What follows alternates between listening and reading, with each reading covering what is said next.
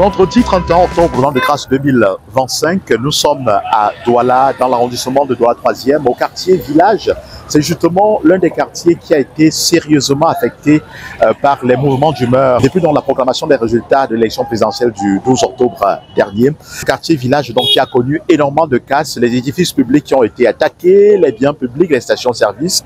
Il faut dire que partant de Yassa pour le lieu dit Elf, on peut observer une seule station qui aujourd'hui est fonctionnelle. Ça a pu donc créer la pénurie en carburant dans cette partie de la ville de Douala. Donc c'est très difficile pour la population qui aujourd'hui ont eu de la peine à sortir de la maison suite justement à la rumeur qui a circulé et qui a envahi justement quelques esprits, faisant état de ce que cette journée a été déclarée ville morte par les manifestants.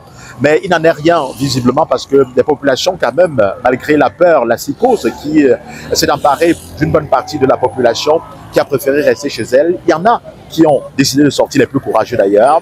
C'est le cas ici au marché d'Orpassi où on se retrouve, où certaines populations ont bravé justement cette rumeur-là pour se rendre au marché. Il faut dire que depuis lundi, les élèves ne vont pas à l'école et bon nombre de travailleurs restent chez eux. Aujourd'hui donc, il y en a qui ont commencé à sortir. C'est vrai, c'est encore timide. Hier, par contre, il y avait plus de monde. Nous sommes rendus à 11h30 au moment où nous réalisons ce décrochage. On espère que d'ici la fin de la journée, il y aura plus de monde dans les rues de la capitale économique Douala. Cette ville fortement donc affectée par cette crise post-électorale. On espère, c'est d'ailleurs le souhait des populations qui se sont exprimées au micro d'Echo 236. Ils espèrent bel et bien que toutes les autorités compétentes prendront toutes les mesures pour que la vie reprenne son cours normal. Écoutons-les à notre micro. To school, things that we used to buy a bit cheaper, they are now very expensive. Please, one peace. Anything that we want to do, we should do it with conscience. Peace, peace should reign. Peace should reign. We are suffering. 1 week today, no school. Children moving everywhere, playing everywhere, disturbing us in the house, parents. The money that we have paid in school, it's just going like that. Peace. We want peace. Peace in Cameroon. We are begging. We are begging. Bonjour, chers Camerounaises. S'il vous plaît, la discussion n'est pas bien à mes frères et sœurs. Nous sommes vraiment dans le pays de paix, le pays de paix. Et nous avons besoin de la paix. Tout est cher. Je vends les oignons. Quand je sors maintenant, je paie le double transport. Et l'oignon qu'on vendait avant, ce n'est plus ça. Rien n'entre au pays, dans notre pays. S'il vous plaît, laissez la guerre et on veut la paix. On veut rien que la paix dans notre pays. Et voilà les enfants qui ne partent même pas à l'école parce qu'ils ont peur de la guerre. S'il vous plaît, mes chers frères et sœurs, laissons la discussion et vivons la paix dans notre pays. C'était vraiment grave à Sanagaye. Il est bien vrai qu'il y a eu baisse de prix de tomates, mais les condiments étaient franchement chers. On a pris pour le poireau à 13 000, 15 000. Le céleri même pourri à 5 000 francs. On nous dit que les voitures sont bloquées un peu de partout. Raison pour laquelle sur le marché tout est cher. Le poivron aujourd'hui, comme vous pouvez constater, on prenait 3 poivrons à 500. Vraiment, c'était vraiment très cher pour aujourd'hui. Si vous me voyez devant la banane, je ne suis pas vendeur de bananes. Je vends la banane parce que je me suis retrouvé que j'ai fait 5 jours à la maison. Je suis à plus de 40 000 de dépenses pour rien. Pour rien. Donc c'est ce qui a fait que non, je sorte aujourd'hui. Ce que j'ai trouvé que comme activité, j'ai excédé à l'intérieur. Et quand je vois l'aspect du marché, elle n'est même pas bonne. Parce que hier, il y avait l'affluence. Aujourd'hui, il n'y a pas l'affluence. Même le matin, on a acheté la banane un peu moins chère. Aujourd'hui, comme vous regardez cette banane, je l'ai comptée 5 à 200. Je dois vendre à combien? Donc moi, je prie toutes les autorités de remettre la main dans le cœur et de refaire le comptage des urnes. De refaire le comptage normal des urnes.